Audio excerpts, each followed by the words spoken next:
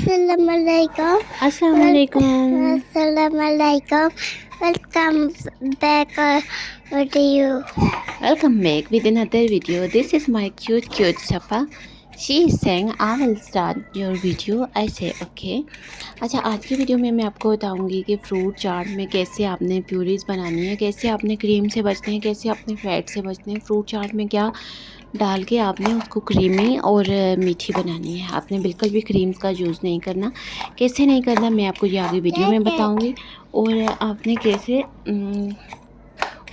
कैसे आपने कटलेट्स बनाने हैं, बहुत इजी वे में। सिर्फ़ और सिर्फ पोटैटो आपके पास होगा तो आप कैसे कटलेट्स बनाएंगे, और इसी पोटैटो से आपने चना चाट और पकोड़े कैसे बनाने हैं। ठीक है, यही पोटैटो मैं यूज़ करके चना चाट भी बनाऊंगी, पकोड़े भी बनाऊंगी, कटलेट्स भी बनाऊंगी। ठीक है, पोटैटो मैंने 5-6 यूज़ किए थे, ये एक ही नहीं यूज़ किया था। बच्चे आपके हेल्पिंग हैंड कैसे बनेंगे, बच्चों को कैसे मैनेज करना है, बच्चों से घर का काम कैसे अपने साथ करवाना है। खुद ही नहीं थकना, अपने बच्चों को अपनी हेल्पिंग हैंड बनाएं, अपने बच्चों को अपने घर का काम सिखाएं ताकि वो भी आपकी पूरी मदद किया करें। ठीक है, बच्चों को स्टार्ट में थोड़ी मुश्किल होती है कि हमने नहीं करना, पर उनसे करवाना है। इसी स्टेज पे आप जब उनकी ये आदत डालेंगे ना, कल को कोई बड़ा होकर आगे जाएगा ना, तो और दूसरा भी कहेगा कि हाँ, इस बच्चे की तरबियत हुई है, इस बच्चे को मतलब घर से नसीहत की गई है, औरत की इज़्ज़त करना सिखाया गया, औरत की हेल्प करना सिखाया गया। ठीक है, ये काम अपने बच्चे को आप अपने घर से ही सिखाएंगे, नहीं तो बाहर जाके वो बच्चा कभी भी नहीं सीख सकेगा। इसके बाद ये साथ में पकोड़े फ्राई कर रही थी। मैंने कहा पहले पकोड़े जल्दी से रख देती हूँ, साथ साथ फ्राई होते जाएंगे तो साथ साथ दूसरे काम होते जाएंगे। तो मैंने ये पकोड़े रख दिए थे फ्राई होने के लिए। इसके साथ साथ मैं बना रही थी अब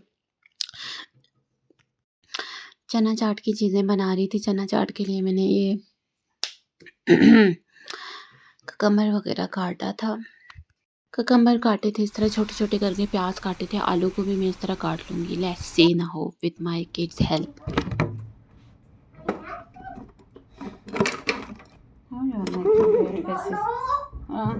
Lala, your sand cat is came out. Where? You open the door. Huh? You open that door. No. Mom, No, she's staying in terrace. No. Pick up this. Saying I can come to your terrace. 2 more Musa. 1, 2, इसे ही बाहर लेके जाएं। 1, 2, 3, 4, 5, 6. Mama, 6. One more. Yeah. 1.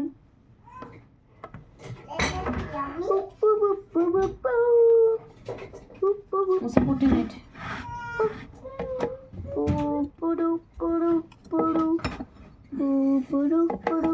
Done. Okay, वो glass लेके जाएं उधर से। Mummy डालूंगा। हाँ, How much now? Half spoon.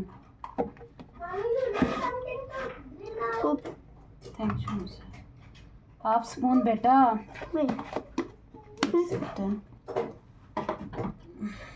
Oh, yummy, yummy. मुसा ये डेट्स भी 3-4 रखें प्लेट में और बाहर लेके जाएं। How much is 3, 4? ये 3, 4। 1, 2, 3, 4. Right? 3 and 3, Lala. Did 3 and 3. Isa, you take these balls outside. One spoon is fall down. I pick up. Anu, I want milkshake. Okay. Anu, Isa, you take it. Keep these ball also outside. Okay, I'm cooking. Mommy, don't throw these. Isa, it's heavy. Isa, you take this one. What? What, Manu? Wait, I'm giving you. I keep this.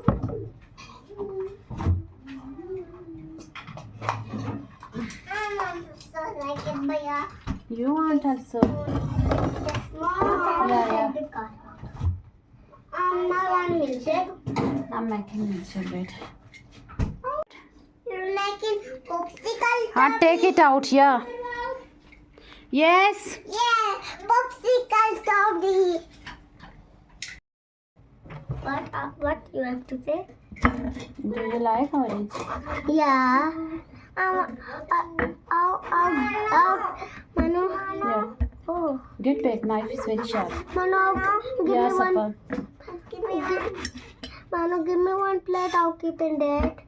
Better eat in it. It's better. I'm taking. No, Isa, keep it in this. What? Oranges. Okay. Yummy, yummy oranges. Yummy.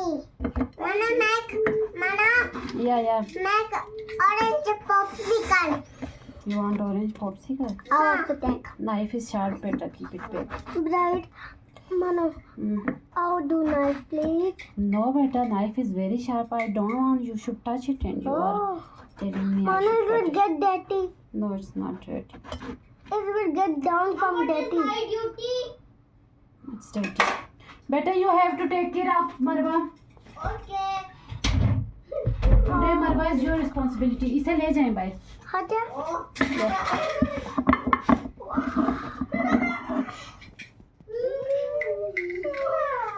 This is for my friend, not for you. I will give to my friend, not to you. This is my friend. Which one do you want? Safi, you take which one you want. Hurry up. This. Okay. I'll Now give it to Bhaiya. Give it to Bhaiya. Bhaiya, one is for you, okay? Now I'll take out. Okay, When take. Jana will come, then I'll take. Okay.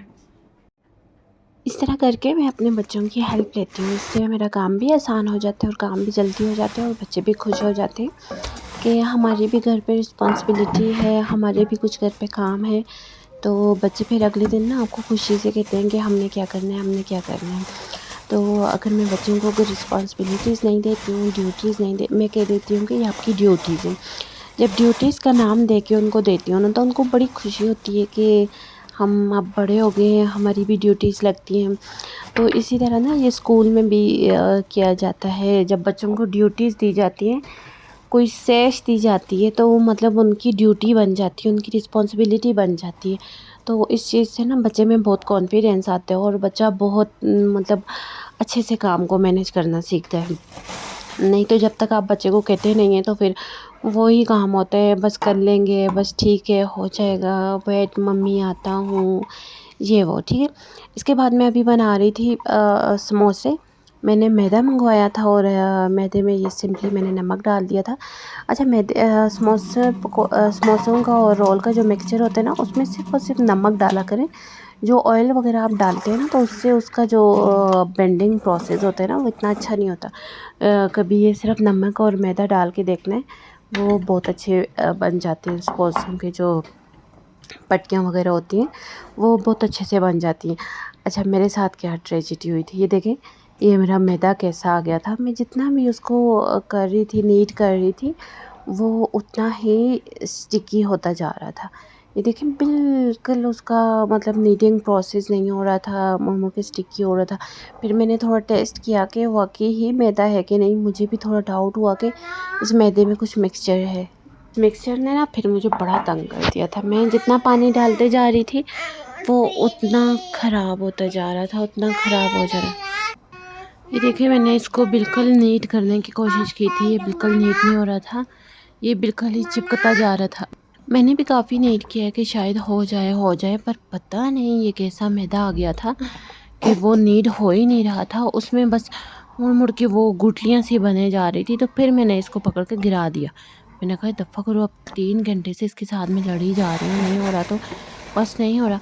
फिर उसके साथ मैंने ये ना बाकी काम start कर दिए थे. मैंने सबसे पहले जो चना चाट के लिए आलू काटने थे ना, तो वो काटे. और चना चाट की पहले मैंने ट्राई किया कि चीज़ें तैयार कर देती हूँ, साथ साथ में फ्रूट चाट की भी चीज़ें तैयार कर रही थी कि सारे काम साथ साथ हो जाए. तो जब किचन में बंदा आता है ना, तो उसको मल्टीटास्कर होना चाहिए. एक काम किया, दूसरा साथ काम किया, साथ में पकौड़े भी बना रही थी और साथ साथ फ्रूट चाट की चीज़ें भी काट रही थी, चना चाट की चीज़ें भी काट रही थी. बच्चे भी बार बार आ रहे थे कि हमें ये दे दो, हमें वो दे दो. बच्चों को भी साथ सुनी जा रही थी.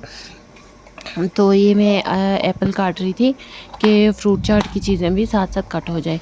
अच्छा, फ्रूट चाट में सबसे मुश्किल जो काम है ना, वो आई थिंक मुझे जो लगता है वो एप्पल्स काटना है. क्योंकि एप्पल्स को पील करो, उनको साफ़ करो, उनकी छोटी छोटी कटिंग करो, तो ये एप्पल वाला काम बहुत ज़्यादा हो जाता है. तो आपको क्या मुश्किल लगता है फ्रूट चाट में काटने के लिए, आप भी ज़रूर बताना है.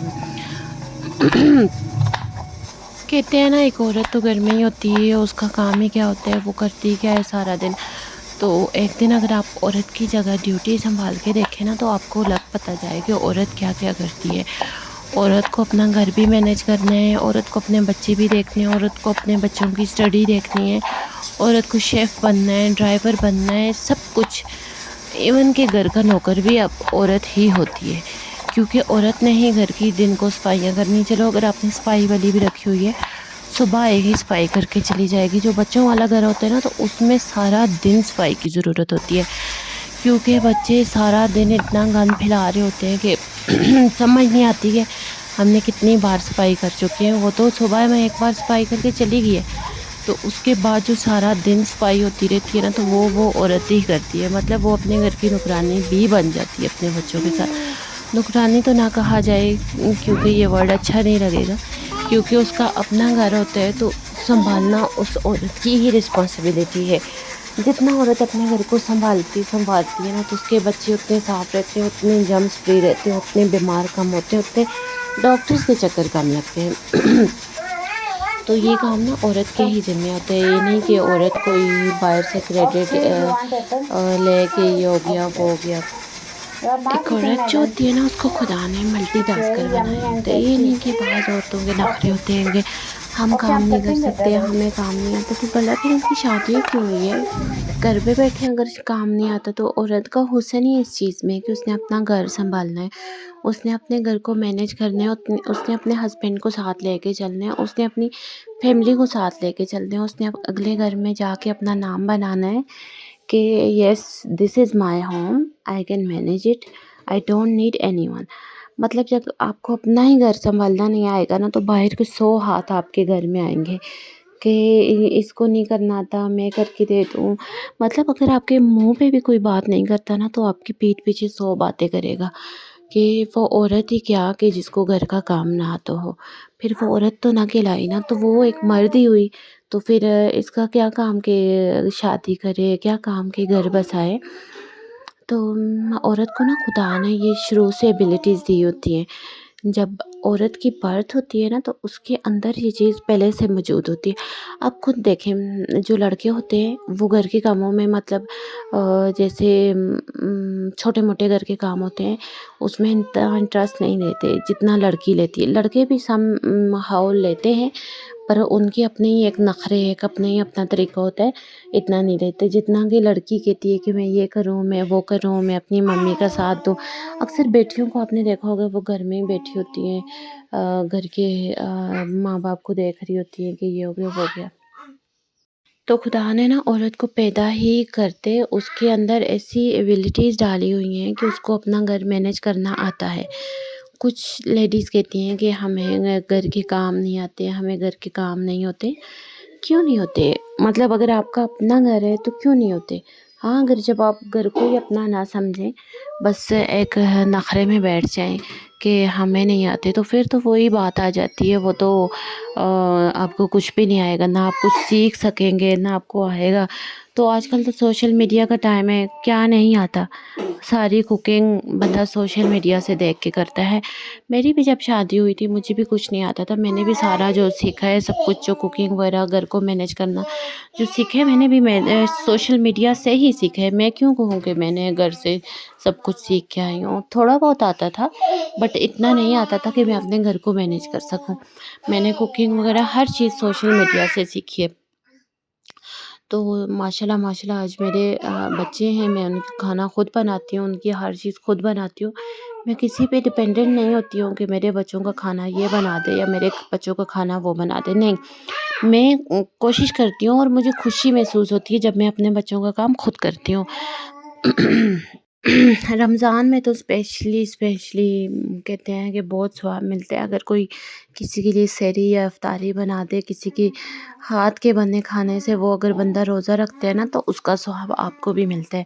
अगर आपके हाथ के बने हुई चीज़ में से वो इफ्तारी करता है ना, तो आधे से ज़्यादा सवाब कहते हैं कि आपको मिलता है।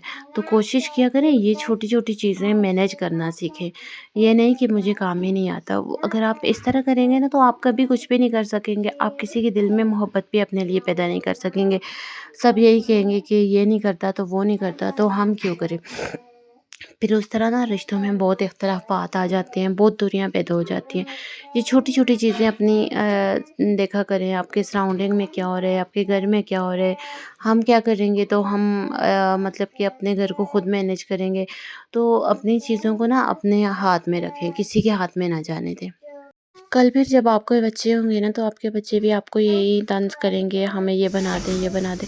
अच्छा, अब बैक टू वीडियो। मैं फ्रूट चाट बना रही थी। मैंने पपीता काटा है फ्रूट चाट में, बनाना काटा है, एप्पल्स काटे हैं और मेलन काटा है। जो भी आपको सीज़नल फ्रूट मिलता है, मेरे पास गवास भी थे बट अभी वो मैं भूल गई हूँ। सबसे अच्छा मुझे फ्रूट चाट में जो लगते हैं ना, वो बनानास लगते हैं। बनानास ना हो तो मैं फ्रूट चाट ही नहीं बनाती हूँ, क्योंकि बनानास के बनाते हो मुझे मज़ा ही नहीं आता फ्रूट चाट का, तो फिर बच्चे भी इतना शौक से नहीं खाते। ये सारे फ्रूट मैंने डाल के मिक्स कर दिए। अच्छा, मैं आपको फ्रूट चाट की प्यूरी बनाना सिखाऊंगी। आप क्रीम ना डालें, आप कुछ भी ना डालें, आप प्यूरी बना लें, आपका फ्रूट चाट से ही क्रीमी बाज़ार वाला बन जाएगा। ठीक है, ये जो सारा फ्रूट मिक्स किया था ना, इस मिक्स फ्रूट को आपने एक ब्लेंडर में लेना है। ब्लेंडर में उस फिर आपने मीठा नहीं डालना, मीठे की जगह आपने खजूरें डाल देनी है, और क्रीम वगैरह की जगह सिर्फ आपने दूध डाल देना है। ठीक है, बिना क्रीम की दूध डाल दें या क्रीम के साथ दूध डाल दें, जो भी फुल फैट क्रीम होती है। ये देखिए, मैंने सिंपली ब्लेंड किया है इसको। फ्रूट था, खजूरें थी और दूध था, ये ब्लेंड किया। ये देखें, प्यूरी बन के तैयार है। आपको ना चीनी डालने की ज़रूरत है दूध फ्रूट चाट में, ना आपको क्रीम डालने की ज़रूरत है। बिल्कुल क्रीमी सा टेक्सचर आ जाता है और खाने में भी मज़ेदार होता है, बहुत मज़ेदार होते हैं। मैं तो डेली ऐसे ही बनाती हूँ।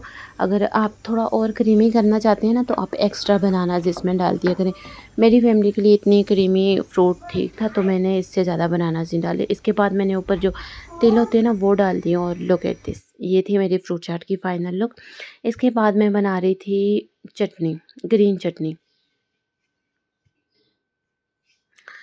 तो ग्रीन चटनी के लिए मैंने लहसुन लिया है, सूखा हुआ पुदीना लिया है, मिर्चें ली हैं, नमक लिया है। अच्छा, जो अगर आपके पास धनिया पुदीना नहीं है ना, तो आप जो ड्राई धनिया पुदीना होते हैं ना, वो भी यूज़ कर सकते हैं। तो लहसुन के साथ इसका बड़ा मज़े का टेक्सचर आता है। हमारी फैमिली को लहसुन के साथ बहुत पसंद है, तो इसलिए मैं लहसुन वाली लाज़मी बनाती होती हूँ। अच्छा, ये बहुत मज़े की बनती है ना, इसमें आप किसी भी चीज़ के ऊपर डाल के खा सकते हैं। लहसुन जो है ना, होता है ना, वो एंटीबायोटिक भी होते हैं, और ये आपका वेट लूज़ करने में भी बहुत हेल्पफुल होता है। तो आप लहसुन इसमें लाज़मी डाला करें। इसके बाद मैं बना रही थी। अच्छा, डेली की रूटीन में क्या होता है ना, कुछ ना कुछ रिपीट आ जाता है, तो फिर मेरी कोशिश होती है कि ज़्यादा चीज़ को रिपीट ना किया जाए।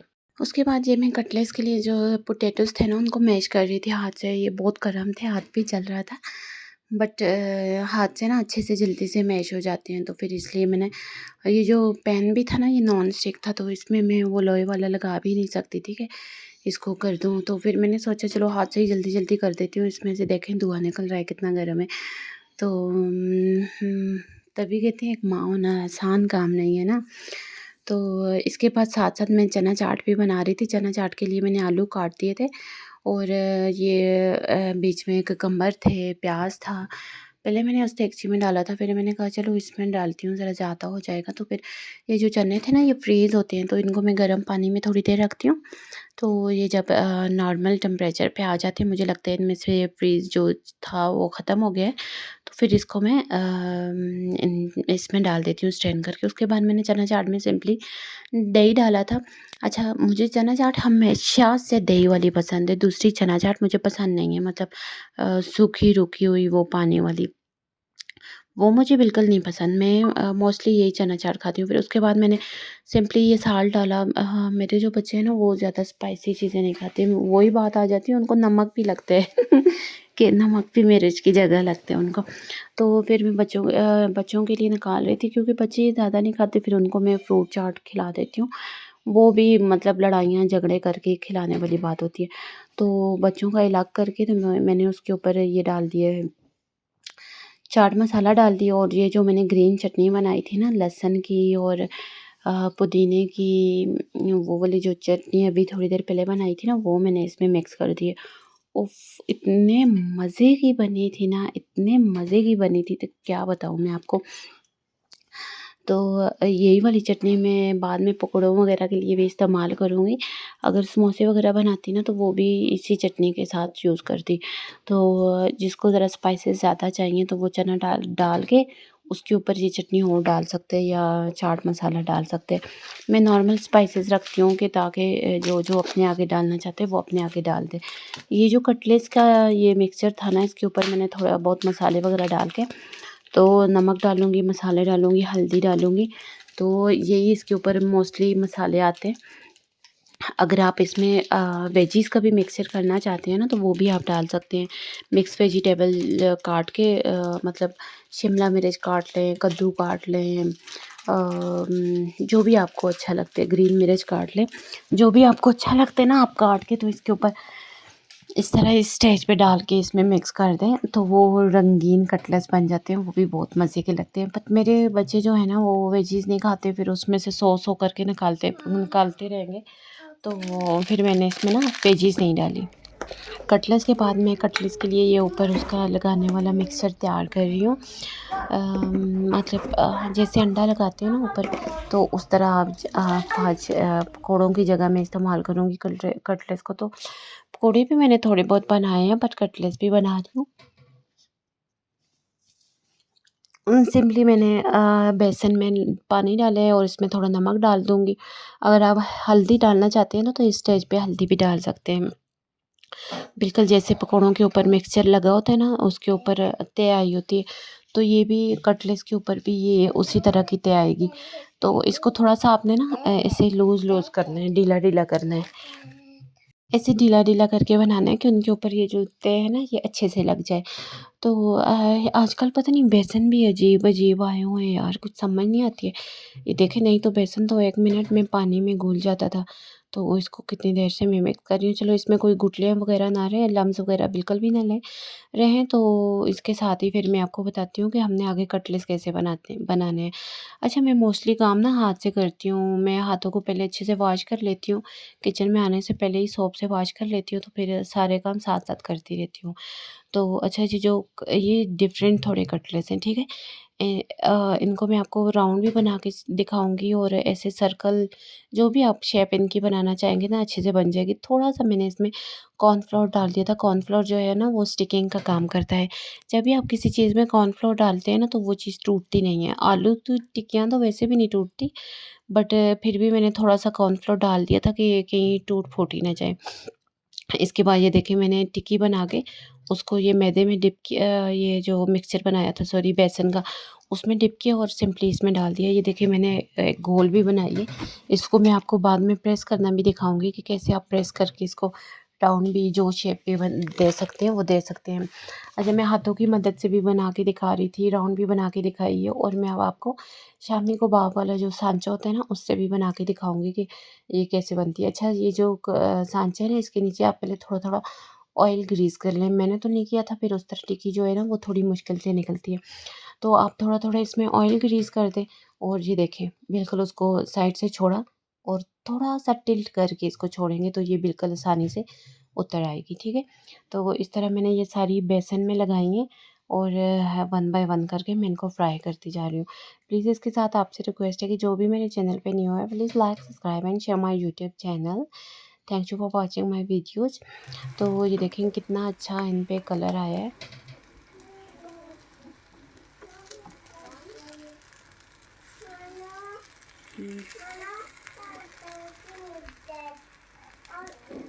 शेयर विद सफ़ा।